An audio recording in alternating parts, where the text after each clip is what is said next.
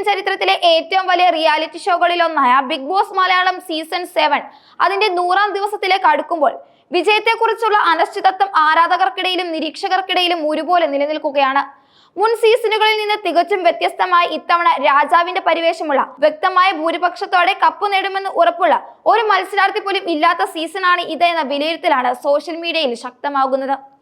അനീഷും അനുമോൾക്കുമാണ് നിലവിൽ സാധ്യത കൂടുതൽ കൽപ്പിക്കുന്നതെങ്കിലും അവസാന 7-ൽ എത്തി നിൽക്കുന്നവരിൽ ആർക്ക് 100% അർഹതയുണ്ടെന്ന് പ്രേക്ഷകർ വിശ്വസിക്കുന്നില്ല എന്ന നിരീക്ഷണമാണ് ശ്രദ്ധേയമാകുന്നത്.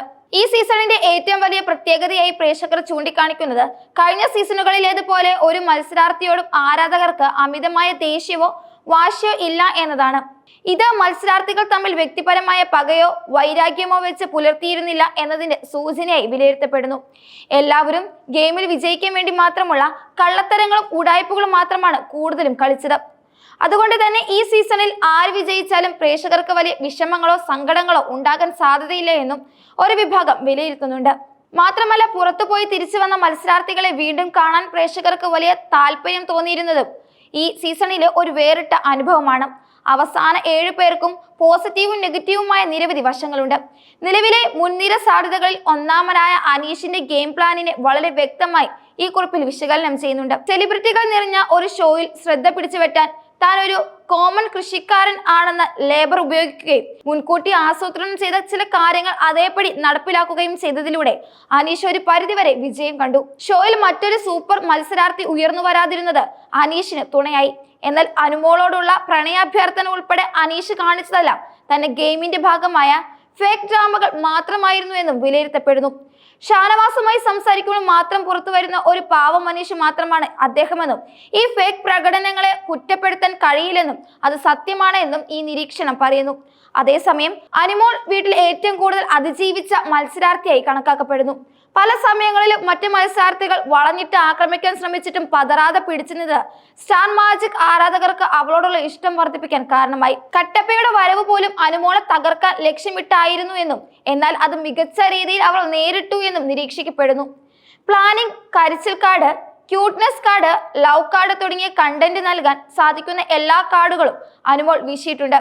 അനീഷ് അനുമോൾ പ്രണയം ഇരുവർക്കും പുറത്ത് നെഗറ്റീവായി ബാധിച്ചിട്ടുണ്ട് എന്നും ഇത് വോട്ടിനെ എങ്ങനെ ബാധിക്കുമെന്നും ഇനി കണ്ടറിയണം. സോഷ്യൽ മീഡിയയിലെ ഈ കുറിപ്പുകാരന് വ്യക്തിപരമായി ഏറ്റവും ഇഷ്ടമുള്ള മത്സരാർത്ഥിയായ ഷാനവാസിനെ കുറിച്ചും കൃത്യമായ വിലയിരുത്തലുകൾ അദ്ദേഹം നൽകുന്നുണ്ട്.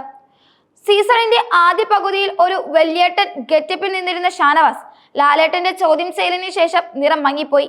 റിയാസ് സലീമിനെ നേരിട്ട എപ്പിസോഡുകൾ മികച്ചതായിരുന്നെങ്കിലും പുറത്ത് അദ്ദേഹത്തിന് നെഗറ്റീവ് ഉണ്ടാക്കി. ടിക്കറ്റ് ഓഫ് ഫിനാലെ ടാസ്കുകൾ നഷ്ടമായതും എന്തിനും ഏതിനും അക്ബറിനെ ആശ്രയിച്ച് നടന്നതും അവസാന ദിവസങ്ങളിലെ ഒതുങ്ങിപ്പോക്കും ഷാനവാസിനെ പിന്നോട്ട് വലിച്ചു. എന്നാൽ വീട്ടിലെ ഏറ്റവും ജെനുവിനായി നിന്നതും ഗെയിമിന് വേണ്ടി ഒരു ഡ്രാമയും കളിക്കാത്തതും ഷാനവാസ് ആണെന്ന അഭിപ്രായവും ഈ കുറിപ്പ് മുന്നോട്ട് വെക്കുന്നുണ്ട്. വില്ലൻ പരിവേഷമുള്ള അക്ബറിനെ കുറിച്ച് അദ്ദേഹം ഒരു ശുദ്ധനാണെന്നും വീട്ടിൽ നിൽക്കാൻ വേണ്ടി മറ്റുള്ളവർ പറഞ്ഞത് ചെയ്തതല്ലാതെ മനസ്സിൽ വെച്ച് ഒന്നും ചെയ്യുന്ന ആളല്ലെന്നും പറയുന്നുണ്ട്. ഗെയിമുകളിൽ ആദ്യം മുതൽ 100% വരെ കളിച്ച ഒരാളാണ് അക്ബർ. എന്നാൽ പാരഡിയുടെ അതിപ്രസരവും കുത്തിത്തിരിപ്പുകളും നെഗറ്റീവ് കൂട്ടുകെട്ടിൽ പെട്ടതും തിരിച്ചടിയായി മാറി. നെഗറ്റീവ് ഗ്യാങ് ലീഡറായതിനാൽ കപ്പ് നേടാൻ സാധ്യതയില്ല എന്നും അത് പുറത്തേക്ക് തെറ്റായ സന്ദേശം നൽകുമെന്നും ഈ വിലയിരുത്തൽ പറയുന്നു. നെവിൻ ഷോയിൽ 80 ദിവസത്തോളം പ്രേക്ഷകരെ വെറുപ്പിച്ചെങ്കിലും അവസാന നാളുകളിൽ കൂട്ടായി മാറിയതായി തോന്നി. എന്റർടൈനർ എന്ന വാക്കിനോട് നീതി പുലർത്തിയെങ്കിലും 4 ചിരി തരുമ്പോൾ 10 അൺസഹിക്കബിൾ തമാശകളും നെവിന്റെ ഭാഗത്തു നിന്നുണ്ടായി. മോഹൻലാൽ വരുന്ന എപ്പിസോഡുകളിൽ മനഃപൂർവ്വം മണ്ടനായി അഭിനയിച്ച് ക്യൂട്ട്നെസ് വാരിയെതിറിയത് അരോചകമായി തോന്നിയെന്നും പലരും അഭിപ്രായപ്പെടുന്നുണ്ട്. അവസാന നാളുകളിൽ എല്ലാവരുമായി മിണ്ടി സൗഹൃദം സ്ഥാപിച്ചത് നെവിന്റെ സപ്പോർട്ട് വർദ്ധിപ്പിച്ചു. എന്നാൽ ഷോയിൽ ഒരിക്കൽ കിറ്റ് ചെയ്ത് പുറത്തേക്ക് ഓടിയതിനാൽ കപ്പ് നേടാൻ സാധ്യതയില്ല എന്നും ഈ സപ്പോർട്ട് മറ്റാരുടെയെങ്കിലും വോട്ടിനെ ബാധിക്കുമോ എന്നും കണ്ടറിയേണ്ടതുണ്ട്. അവസാന 7-ലെത്തി നിൽക്കുന്ന നൂറയും ആദിലയും വീട്ടിലെ ഒരു വിഷമുള്ള മത്സരാർത്ഥികളാണെന്നാണ് വിലയിരുത്തപ്പെടുന്നത്. ഇരുവരും ഫണ്ടും ക്യൂട്ടുമാണെങ്കിലും അവസരം ലഭിക്കുമ്പോൾ ഉള്ളിലെ വിഷം പുറത്തു വരുന്നതായി കണ്ടിട്ടുണ്ട്. അവർ തമ്മിൽ മാത്രമല്ല മറ്റൊരാളോടും ഒരു പേഴ്സണൽ അടുപ്പമില്ല. ഒരു വഴക്ക് വന്നാൽ കൂട്ടത്തിലുള്ളവരെ പോലും ദാക്ഷിണ്യമില്ലാതെ വലിച്ചു കീറുന്ന സ്വഭാവം ഇവർക്കുണ്ട്. മറ്റുള്ളവരെ നെഗറ്റീവാക്കിക്കൊണ്ട് തങ്ങളുടെ സ്ഥാനം ഉറപ്പിക്കാൻ ശ്രമിക്കുന്നതായി പലപ്പോഴും കണ്ടിട്ടുണ്ട്. കപ്പിലേക്ക് പോകാൻ മാത്രമല്ല ഫൈനൽ 5-ൽ പോലും ഒട്ടും അർഹതയില്ലാത്തവർ ഇവരാണ് എന്നും ഈ വിലയിരുത്തൽ ഉറപ്പിച്ചു പറയുന്നു.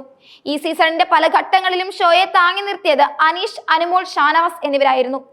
അനുമോൾ അനീഷ് പ്രണയം ഇരുവർക്കും നെഗറ്റീവായി ബാധിച്ചെങ്കിലും അവസാന ഘട്ടത്തിൽ നെവിനും നല്ല പിന്തുണ നേടിയിട്ടുണ്ട്. ഷാനവാസിന് നല്ലൊരു സപ്പോർട്ട് ഉണ്ടായിരുന്നുവെങ്കിലും അവസാന നാളുകളിലെ പതിഞ്ഞ പോക്ക് വോട്ട് ബാങ്കിൽ വിള്ളൽ വരുത്തിയോ എന്ന് അടുത്ത ആഴ്ച അറിയാൻ സാധിക്കും. നെഗറ്റീവ് ഗ്യാങ് ലീഡർ എന്ന ലേബൽ കാരണം അക്ബറിന് കപ്പ് കിട്ടാൻ സാധ്യതയില്ല. മറ്റാർക്ക് കിട്ടിയാലും ആദിലയും നൂറയും കപ്പ് നേടരുത് എന്ന ശക്തമായ അഭിപ്രായമാണ് ഈ കുറിപ്പ് മുന്നോട്ട് വെക്കുന്നത്.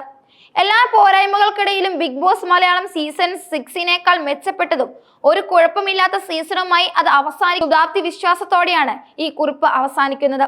അന്തിമ വിധി അറിയാൻ പ്രേക്ഷകർ ആകാംക്ഷയോടെയാണ് കാത്തിരിക്കുന്നത്.